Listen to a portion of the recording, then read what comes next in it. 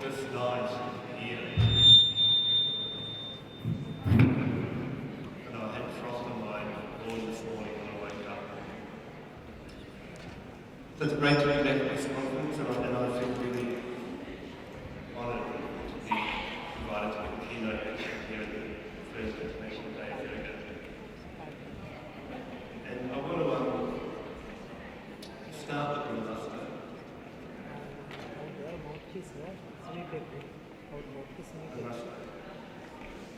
This is the sign I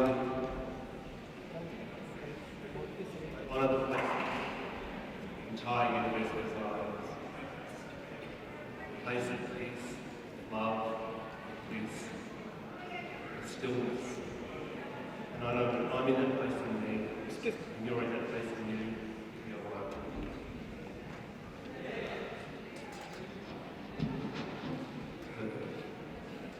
Together now? Up.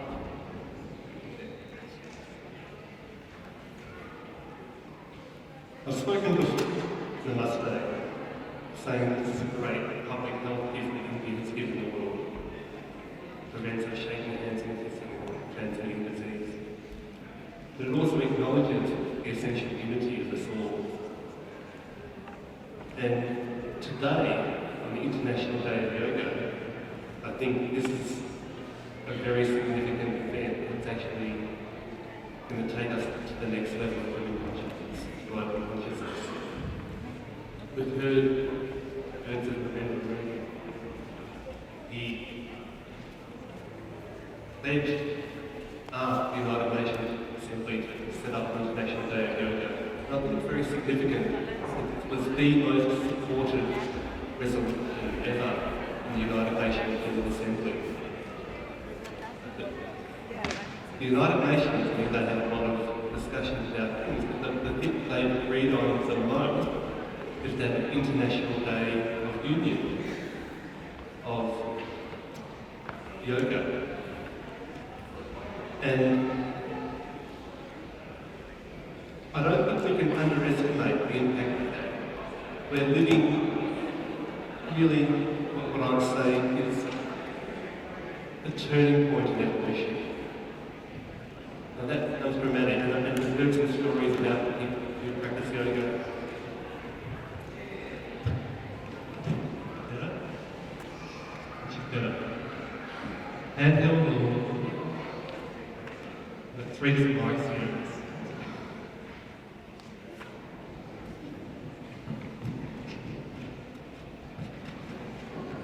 Technically, it's the rest of it.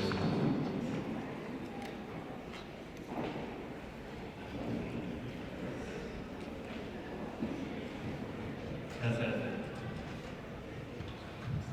So I'm going to suggest that we've actually reached a turning point in evolution. That's not just human evolution, it's evolution of our planet. And that yoga is an essential part of that. We know that we've actually reached the limits of a limited planet. We've come against those constraints.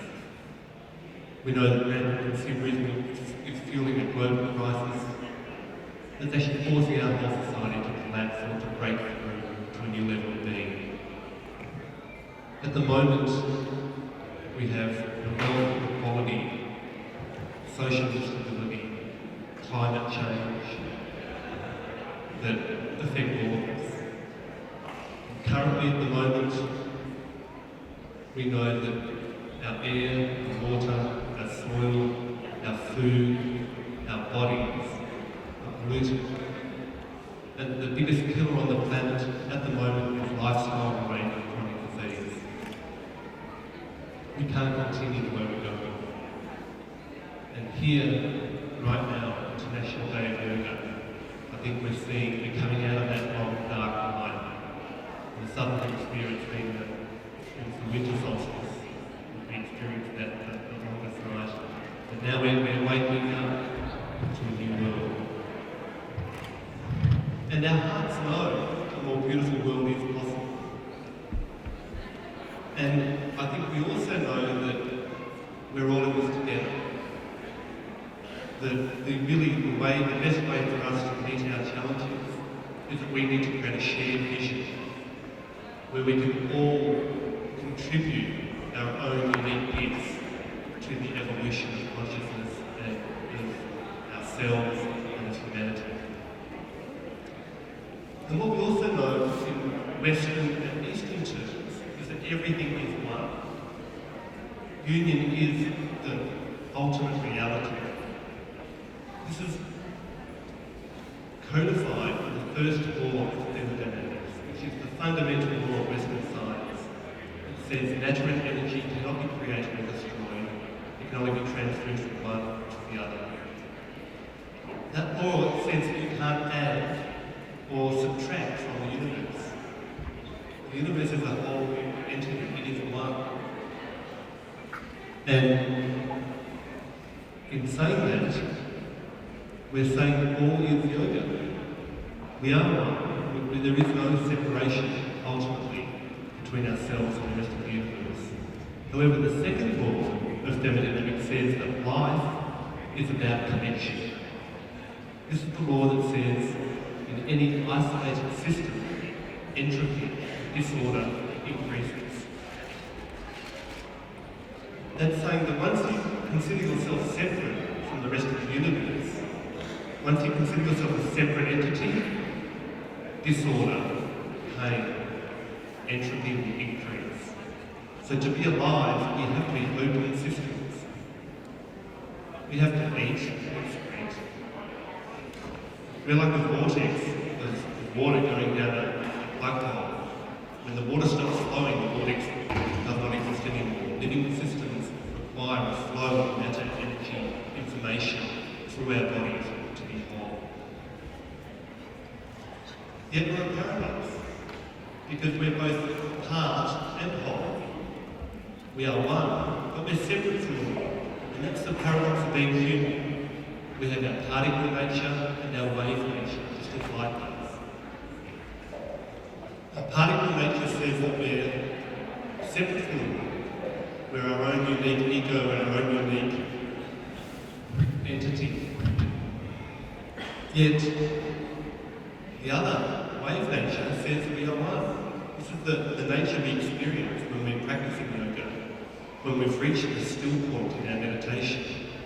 Because the still point in me is the same as the still point in you. It's the same as the still point for the whole universe. Stillness is the connection for all things, not just humans.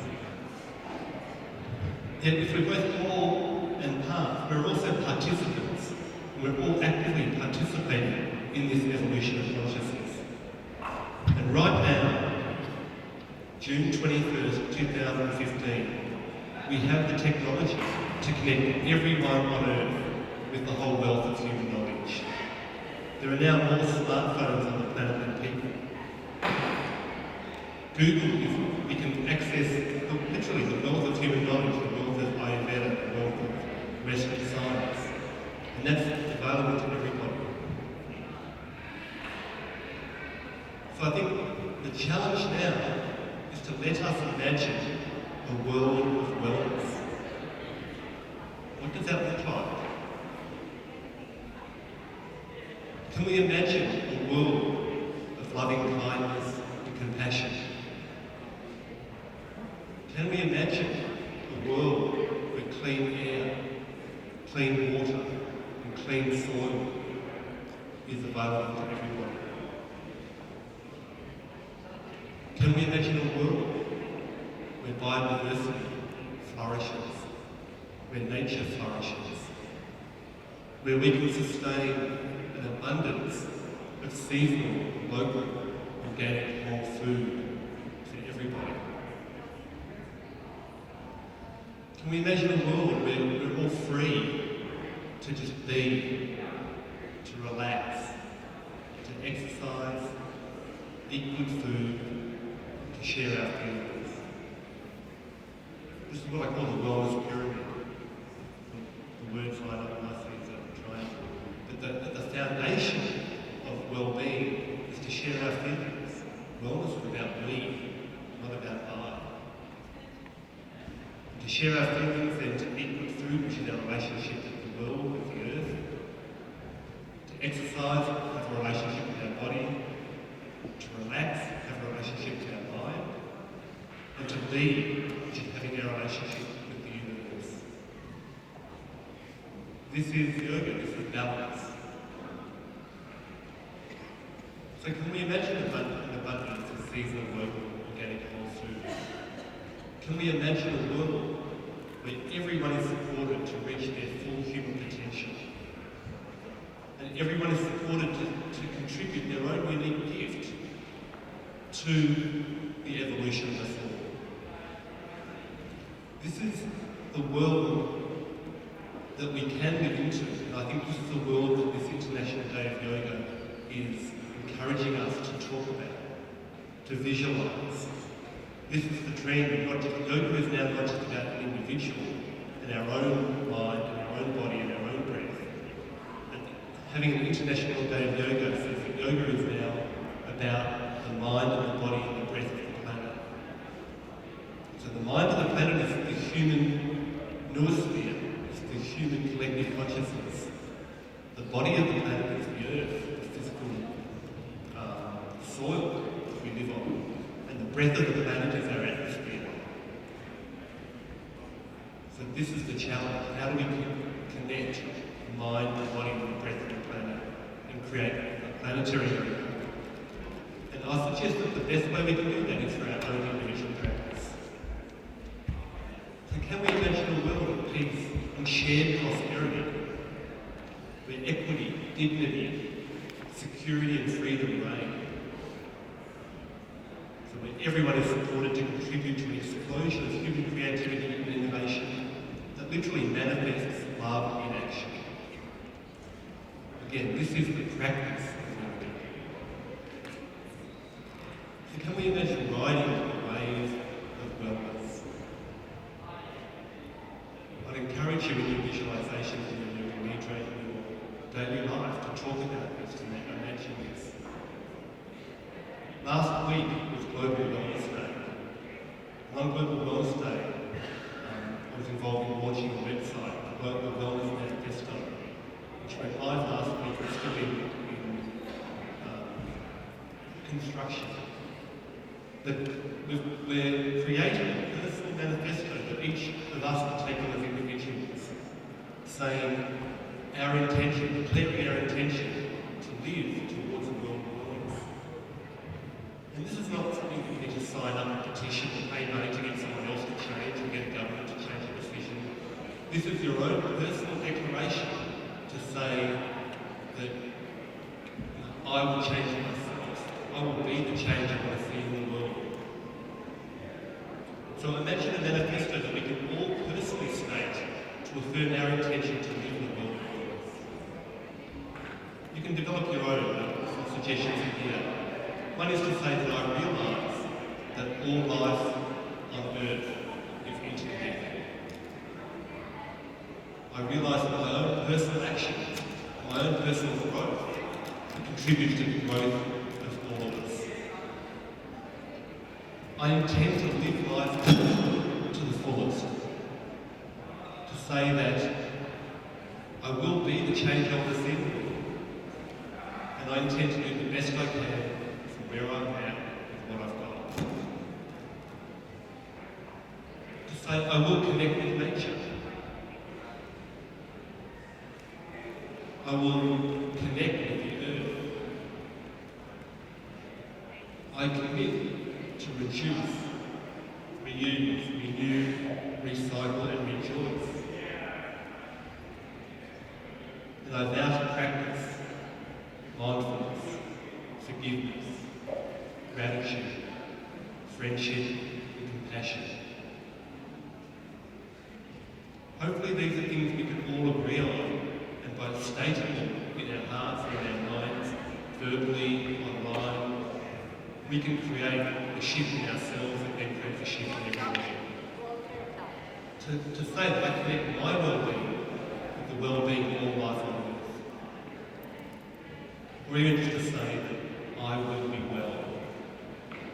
Because what does it mean to be well? To be well has to be the we, not the I. can't be well if you're not grounded in a location and in a community.